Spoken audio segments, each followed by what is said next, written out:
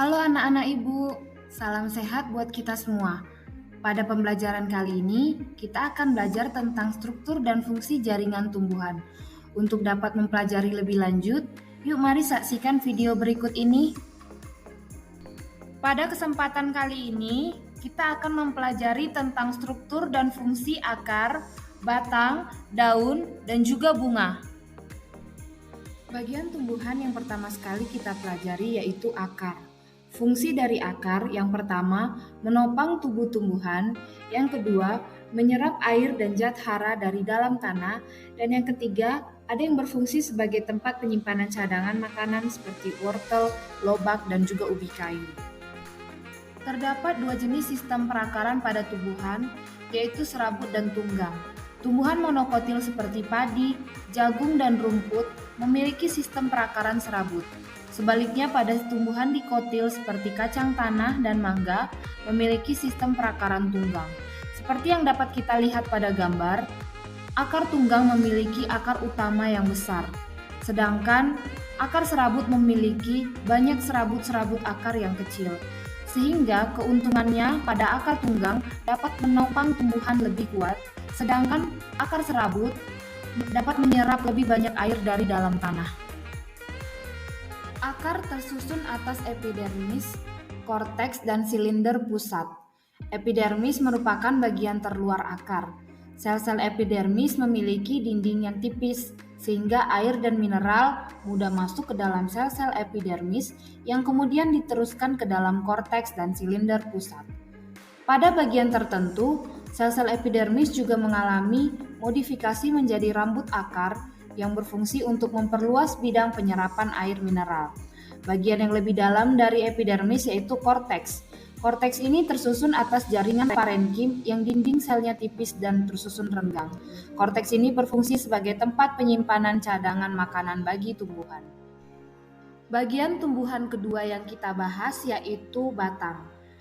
Fungsi dari batang antara lain, yang pertama, penyokong tubuh tumbuhan yang berada di atas tanah. Yang kedua, sebagai jalan pengangkutan air dan mineral dari akar ke daun. Yang ketiga, tempat tumbuh daun, bunga, dan buah. Apa sih yang membedakan antara batang monokotil dan batang dikotil? Jika kita amati, perbedaannya dapat dilihat bahwa batang dikotil memiliki struktur yang bercabang, sedangkan batang monokotil cenderung lurus. Kemudian, ruas-ruas pada batang dikotil tidak terlihat jelas, sedangkan ruas pada batang monokotil terlihat dengan jelas. Kemudian yang terakhir, batang dikotil cenderung besar dan batang monokotil cenderung kecil. Jika kita amati struktur bagian dalam dari batang dikotil dan monokotil, kita dapati bahwa berkas pengangkut atau berkas pembuluh yaitu yang berupa xilem dan floem pada dikotil itu terletak secara teratur dan rapi. Sedangkan pada monokotil berkas pengangkutnya yaitu xilem dan floem terletak secara tidak teratur dan tidak rapi. Kemudian pada dikotil kita menjumpai kambium. Itulah yang menyebabkan batang dikotil terlihat lebih besar dan batang monokotil terlihat lebih ramping karena ketidakadaan kambium pada batangnya. Bagian tumbuhan yang ketiga yang kita bahas adalah daun. Fungsi dari daun diantaranya adalah yang pertama, sebagai alat pernafasan, yang kedua, tempat terjadinya proses fotosintesis, yaitu proses pembuatan makanan pada tumbuhan. Yang ketiga, tempat terjadinya transpirasi. Dan yang keempat, ada beberapa tumbuhan yang membuat daun sebagai alat reproduksi vegetatif, yaitu contohnya adalah cocor bebek. Kita juga dapat membedakan apakah tumbuhan tersebut termasuk tumbuhan yang monokotil atau dikotil dengan mengamati pertulangan pada daunnya. Jika tumbuhan tersebut memiliki daun yang menyirik dan menjari, maka tumbuhan tersebut dikategorikan sebagai tumbuhan dikotil. Sedangkan jika pertulangannya sejajar dan melengkung, maka tumbuhan tersebut dikategorikan sebagai tumbuhan monokotil. Jika kita melakukan sayatan membujur pada daun, maka kita dapati bahwa lapisan atas diisi oleh epidermis atas. Kemudian di bawahnya diikuti oleh parenkim palisade atau yang disebut juga dengan jaringan tiang. Pada parenkim palisade ini terdapat banyak sekali klorofil, sehingga fotosintesis banyak terjadi pada daerah ini. Kemudian di bawahnya diikuti oleh parenkim spons atau yang disebut juga dengan jaringan bunga karang. Di sini terdapat juga klorofil namun tidak sebanyak parenkim palisade. Di sekitar parenkim spons kita mendapati jaringan pembuluh yaitu xilem dan floem. Kemudian pada bagian bawahnya yang terakhir adalah epidermis bawah. Di sini kita dapat melihat juga stomata atau yang disebut dengan celah daun, di mana ini yang memungkinkan gas dan uap air dapat keluar masuk dari daun. Nah, jadi kita tadi sudah belajar tentang stomata ya. Stomata terletak pada epidermis bawah daun. Nah, ini adalah stomata yang membuka. Stomata merupakan celah daun atau mulut daun dan membuka dan menutupnya dikendalikan oleh guard cell atau yang disebut dengan sel penjaga. Nah, ketika stomata membuka, karbon dioksida akan masuk ke dalam daun melalui celah tersebut. Kemudian sebagai hasil dari fotosintesis, oksigen juga keluar dari mulut daun tersebut. Nah, dalam transpirasi, air juga keluar dari mulut daun itu.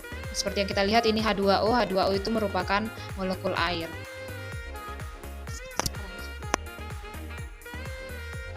Baik, sekarang kita akan pelajari tentang fotosintesis. Fotosintesis melibatkan air, karbon dioksida, dan juga cahaya matahari. Mekanismenya adalah air diserap dari dalam tanah oleh akar, kemudian diteruskan ke batang, kemudian sesampainya di batang akan diteruskan ke daun yang akan disimpan nanti untuk proses fotosintesis. Nah, kemudian kita sudah pelajari tadi ya bahwa stomata itu membuka dan karbon dioksida dapat masuk ke dalam daun. Kemudian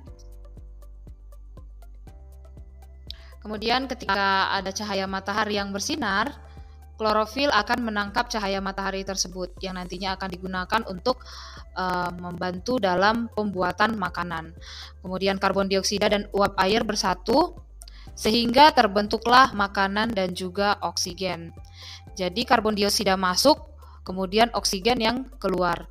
Jadi dari karbon dioksida ditambah air akan menjadi makanan atau yang disebut karbohidrat ya.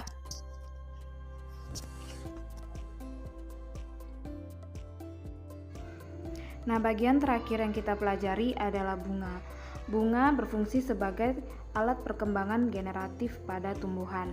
Bunga ini biasanya dilengkapi oleh kelopak yang indah sehingga menarik serangga dan mau membantu proses penyerbukan pada bunga.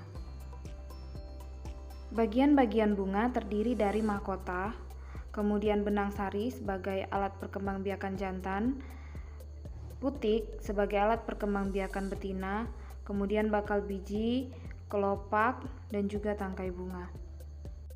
Kita juga dapat membedakan tumbuhan tersebut termasuk monokotil atau dikotil jika dilihat dari bunganya.